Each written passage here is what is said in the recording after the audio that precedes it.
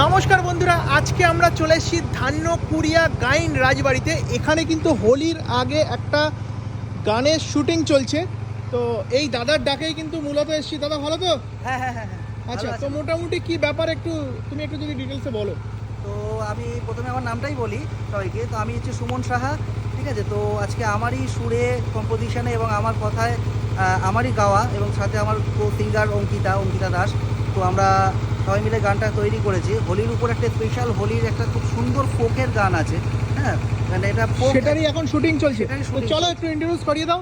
তো যেখানে শুটিং স্পটটা হচ্ছে ধান্যকুড়িয়া গাইন রাজবাড়িতে। ওকে, তো চলুন গিয়ে দেখানো যাক আপনাদেরকে শুটিং স্পট। আমি কোনোদিনকে এর আগে ভিজিট করিনি, এই কিন্তু ফার্স্ট টাইম আমার লাইফে। দেখুন, এই রয়েছে কিন্তু টোটাল সেট আপ, আর এই রয়েছে রাজবাড়ির ভিতরে কীভাবে সাজানো হয়েছে। দেখুন, গাইন রাজবাড়িতে এখানে কিন্তু শুটিং চলছে। দেখুন এখানে